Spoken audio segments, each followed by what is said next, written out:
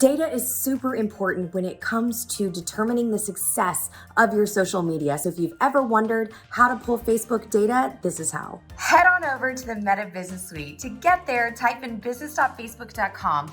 On the left-hand side, select Insights. When you're here, it's super important that you take note the data you're seeing is based on the last 28 days. So we need to make sure that we set it to the appropriate date range that we want to see. I like to look at everything on a month-to-month basis. Then once you have your selected date range, you're going to press update and all the information will update over here. When I'm looking at the data, I like to look on the results tab.